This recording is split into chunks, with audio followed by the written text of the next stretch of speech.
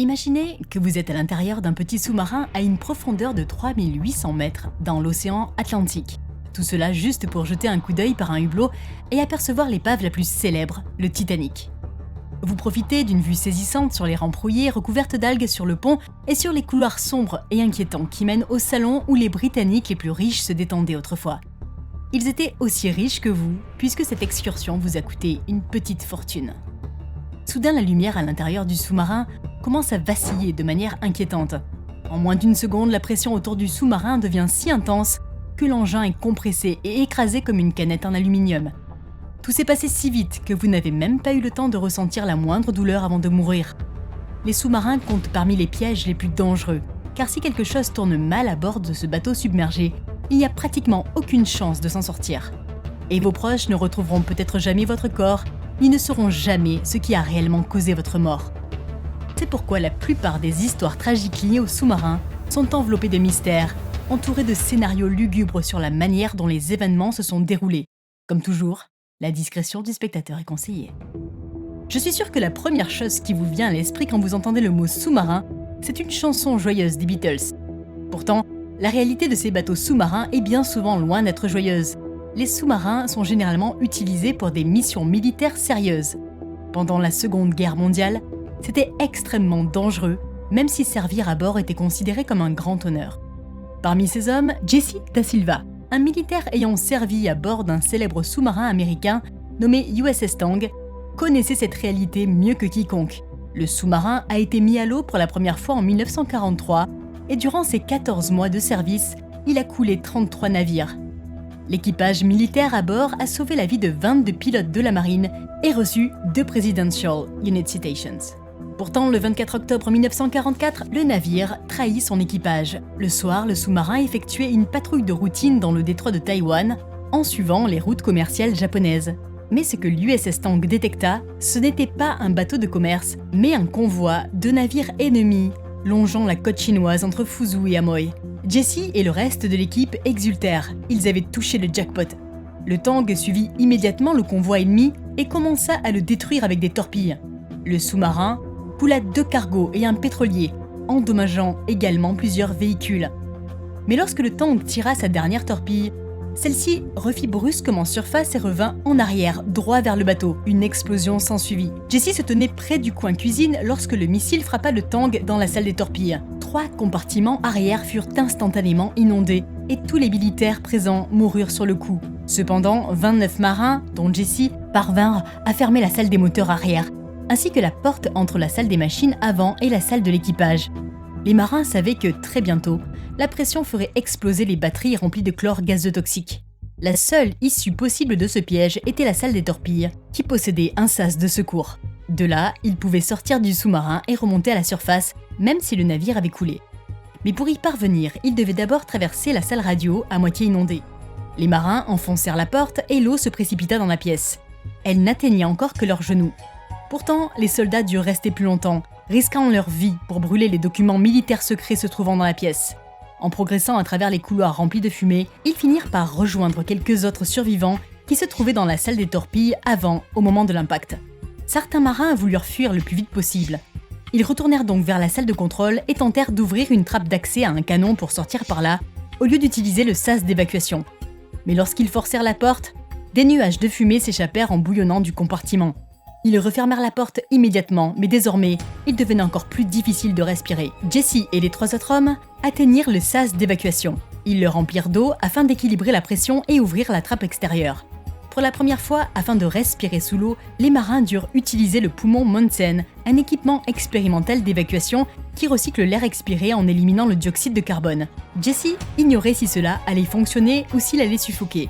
Et pourtant, grâce à ce dispositif, lui et quelques autres hommes réussirent à faire surface. D'ailleurs, ce fut la seule fois dans l'histoire que cet équipement fut utilisé en conditions réelles. Au final, 13 personnes réussirent à quitter le sous-marin, mais le poumon Monsen ne put sauver tout le monde. Seuls 9 marins parvinrent à atteindre la surface. Lorsque Jesse émergea de l'eau, il aperçut 4 autres marins accrochés à une bouée. En regardant derrière lui, il vit les épaves des navires que le Tang avait coulés. Soudain, Jesse entendit une explosion venant des profondeurs et les vagues commencèrent à secouer les bouées autour de lui. Il s'avéra qu'à ce moment-là, la pression continuait de monter derrière la porte de la salle des torpilles. Le revêtement n'avait pas pu la contenir et la porte fut soufflée. Tous les marins qui n'avaient pas encore pu sortir moururent sur le coup. À la suite de cette tragédie, plus de 79 membres d'équipage du Tang perdirent la vie. Les 9 survivants furent récupérés par une frégate japonaise. Jesse, à peine vivant, fut envoyé dans un camp de prisonniers de guerre japonais où il resta jusqu'à la victoire des Alliés. Mais cette histoire est l'une des rares où au moins quelqu'un a réussi à s'échapper d'un sous-marin vivant. Mais qu'est-ce qui peut exactement provoquer une tragédie à bord d'un bateau sous-marin ? Les objets les plus dangereux à bord des sous-marins militaires sont les armes dont ils sont équipés. Pendant la guerre froide, l'Union soviétique a dépensé des sommes astronomiques dans la conception d'armes capables de traquer les porte-avions américains. Elle mit au point des sous-marins nucléaires que l'OTAN surnomma Oscar II. Chaque sous-marin transportait 24 missiles P-700 Granit, chacun aussi grand qu'un petit avion, 10 mètres de long chacun. Ces missiles pouvaient transporter soit une ogive classique de 750 kg, suffisante pour endommager un porte-avions, soit une ogive nucléaire de 500 kilotonnes, capable, selon les ingénieurs, de faire évaporer un porte-avions en un seul impact. Le 15 août 2000, un de ces sous-marins nucléaires, le K-141 Kursk, participait à des exercices militaires en mer de Barents. Mais à un moment donné, une explosion réelle retentit sous la surface. Et en seulement 2 minutes, une deuxième explosion encore plus puissante se produisit. Il y avait une explosion imprévue d'une des torpilles ultra lourdes qui provoqua un trou dans la proue du navire, près du tube lance-torpille. Le problème, c'est que du peroxyde d'hydrogène était utilisé comme carburant pour ces munitions. Tout le monde savait que ce produit chimique pouvait devenir explosif, mais c'était une solution plus économique. La seconde explosion fut très probablement causée par la détonation des autres torpilles restantes. Déstabilisé par les explosions, le Kursk descendit à une profondeur de 108 mètres et commença à couler. Pendant ce temps, le président russe Vladimir Poutine mit 5 jours à lancer l'opération de sauvetage et refusa l'aide proposée par d'autres pays. À cause de ça, les 118 membres de l'équipage à bord du Kursk périrent tous. Le plus terrifiant fut qu'on retrouva plus tard une note écrite par l'un des officiers du navire, le capitaine-lieutenant Dmitri Kolesnikov. Elle avait été rédigée 2 heures après la seconde explosion. En plus d'y déclarer son amour à sa femme, Kolesnikov écrivait « Il semble que nous n'ayons aucune chance, peut-être 10 à 20%. Nous espérons qu'au moins quelqu'un lira ceci. Voici les listes du personnel présent dans les compartiments, actuellement dans le 9e, qui tenteront de s'échapper. Salut à tous, il ne faut pas désespérer. » La note révélait également qu'au moment des explosions, 23 personnes étaient encore en vie. Il s'avère qu'elles sont restées au moins 24 heures dans un compartiment intérieur du sous-marin, luttant pour leur survie avant de mourir dans d'atroces souffrances, probablement à cause d'une intoxication au monoxyde de carbone. Comme vous pouvez le constater, tous les défauts de conception d'un sous-marin finissent tôt ou tard par se révéler. Cela est également prouvé par une autre histoire, celle du sous-marin Treasure. Le 9 avril 1963, il se trouvait à 354 km à l'est de la péninsule de Cape Cod, où, comme le Kursk, il participait à de simples exercices d'entraînement. Le Treasure était le premier sous-marin à utiliser un nouvel alliage d'acier appelé HY80, et la marine américaine voulait déterminer jusqu'à quelle profondeur il pouvait plonger en toute sécurité. Mais à un moment donné, à une profondeur de 396 mètres, l'opérateur radio du Treasure contacta le navire de sauvetage sous-marin Skylark, resté à la surface pour signaler de petits problèmes techniques. Il indiqua également qu'il tentait de purger les ballasts pour remonter à la surface. Mais le Treasure ne revint jamais de cette mission. Finalement, la marine le retrouva, mais en 6 morceaux, reposant au fond de l'océan Atlantique. Les 129 membres d'équipage périrent. De nombreuses théories ont circulé sur les causes exactes du naufrage. Certains pensent que la catastrophe s'explique par des soudures défectueuses qui n'ont pas résisté à la pression. Mais pour le capitaine Jim Bryant, officier de flotte de sous-marins à la retraite, cela paraissait suspect. Il pensait que la marine cachait quelque chose et engagea donc une action en justice pour exiger la publication du rapport sur le naufrage du Treasure. Le document comptait 1700 pages et était classé confidentiel. La marine justifiait ce secret en affirmant qu'il servait à protéger les équipages de sous-marins encore en activité. Et cela même si la catastrophe s'est produite lors d'un simple exercice. De plus de 50 ans se sont écoulés depuis le naufrage et la technologie du Treasure est désormais obsolète. Et pourtant, la marine n'a publié que 19 pages. D'après elle, la cause la plus probable de l'incident à bord du sous-marin nucléaire Treasure serait une inondation de la salle des machines provoquée par l'éclatement des tuyaux soumis à la pression de l'eau salée. Mais ni l'analyse des derniers messages envoyés par le Treasure, ni l'étude des enregistrements acoustiques captés par le Sound Surveillance System, un système qui surveille les fonds marins, n'ont confirmé cette hypothèse. Ces éléments indiquent que si une inondation massive avait eu lieu à cette profondeur, elle aurait généré un niveau de bruit extrêmement élevé, ce qui aurait empêché le radio-opérateur de continuer à communiquer efficacement avec le Skylark. Cependant, une telle inondation pourrait avoir été causée par une panne des moteurs diesel électriques qui aurait entraîné la perte de contrôle du sous-marin. Le navire n'aurait plus pu réguler sa profondeur, aurait continué de s'enfoncer jusqu'à ce que la pression finisse par le détruire. C'est pourquoi beaucoup de gens rejettent la faute sur les concepteurs du sous-marin, car ils auraient surestimé les capacités de la technologie de l'époque, brûlé les étapes et négligé les principes de base de l'ingénierie. C'est pour ça que la marine continue à garder le rapport hors de portée du grand public. Pourtant, cette histoire est loin d'être la plus mystérieuse des tragédies impliquant des sous-marins. Une autre affaire est même devenue un scandale à l'échelle mondiale. Depuis plus de 56 ans, l'incident du sous-marin Scorpion est entouré de mystères et de secrets. Et ce n'est pas un hasard. Ce sous-marin était spécial. Le Scorpion était un bâtiment militaire de première classe conçu pour se déplacer à une vitesse incroyable tout en restant invisible aux radars ennemis. Plus ancien que le Treasure, il faisait partie des premiers sous-marins à propulsion nucléaire. Long de 76 mètres, le Scorpion était équipé d'un réacteur nucléaire Westinghouse S5W qui produisait 11 000 kW d'énergie. Cela lui permettait d'atteindre une vitesse de 61 km/h. Dès 1968, le sous-marin était en mission dans l'océan Atlantique. On ignore encore aujourd'hui les détails de cette mission, car toutes les informations concernant le Scorpion sont classées secret défense. Il est cependant probable qu'il s'agissait d'une opération d'espionnage visant à intercepter un groupe naval soviétique situé au sud-ouest des îles Canaries, au large des côtes africaines. On pense que l'URSS menait alors des relevés acoustiques sur les navires de l'OTAN présents dans la région.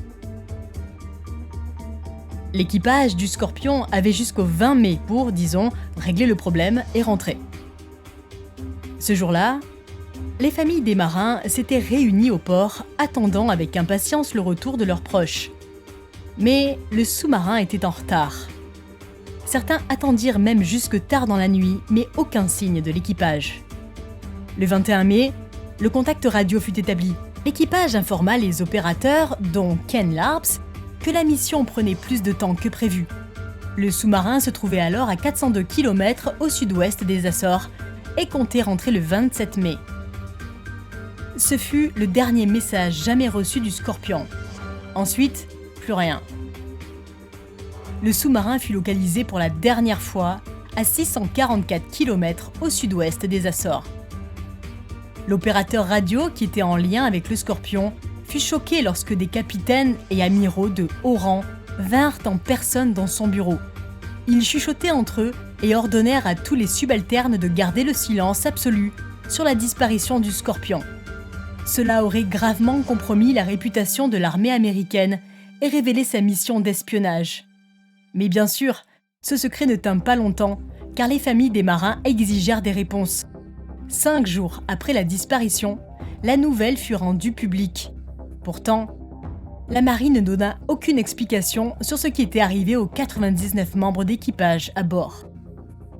Un mois plus tard, un navire de recherche nommé USNS Mizar retrouva à 3 km de profondeur quelques fragments du Scorpion. Mais que s'était-il réellement passé? Accident? Attaque? Quelqu'un avait-il pu s'échapper et être secouru? Encore une fois, des questions restaient sans réponse. Ce n'est qu'en 2018, 50 ans après l'incident, que Ken Larps déclara avoir surpris la conversation entre officiers dans son bureau le jour de la disparition. Il affirma avoir entendu parler d'une confrontation avec l'armée soviétique, d'un naufrage et d'une explosion. Pourtant, la marine américaine n'a toujours pas publié de déclaration officielle. On ne peut donc que deviner le sort de l'équipage du Scorpion en le comparant au cas du Tang, du Kursk ou du Thresher. Mais une chose est claire, toutes ces histoires ont été gardées secrètes parce qu'elles concernaient des navires militaires où le risque de mort était incontestablement élevé. Mais cela ne veut pas dire qu'on ne peut pas mourir à bord d'un sous-marin, même lors d'une aventure a priori inoffensive. Le 18 juin 2023, Hamish Harding et 4 autres personnes embarquèrent à bord d'un submersible appelé le Titan. Hamish était un aventurier passionné, avide de sensations fortes et de défis.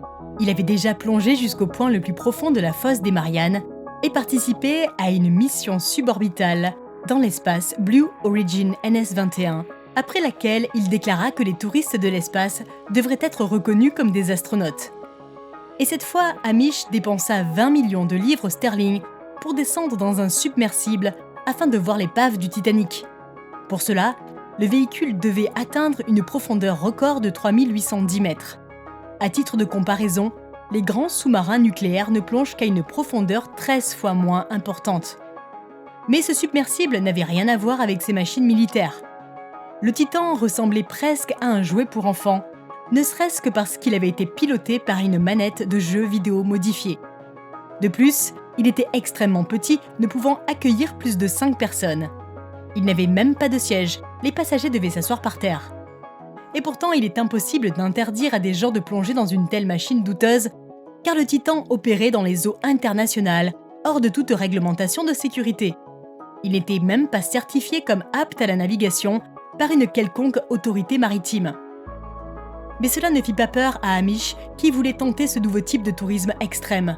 D'autant plus que, jusqu'à ce jour-là, le Titan avait déjà visité 37 fois l'épave du Titanic, sans aucun incident. À 9h30 du matin, le 18 juin, les passagers prirent place à l'intérieur du submersible, dont la trappe fut verrouillée de l'extérieur par 17 boulons. La descente commença. Le système de plongée et de remontée du Titan était très simplifié. Les grands sous-marins peuvent entrer et sortir de l'eau par eux-mêmes. En revanche, pour immerger et extraire le Titan, un navire de soutien spécial était nécessaire. C'est pourquoi il serait plus juste de désigner le Titan comme un véhicule sous-marin plutôt qu'un bateau. Pour des raisons de sécurité, le Titan devait établir un contact toutes les 15 minutes avec son navire de soutien. Mais après 11h15, plus aucun signal ne fut reçu. Pourtant, selon le plan, le Titan devait remonter à la surface à 16h30. Mais il ne se présenta pas à l'heure prévue.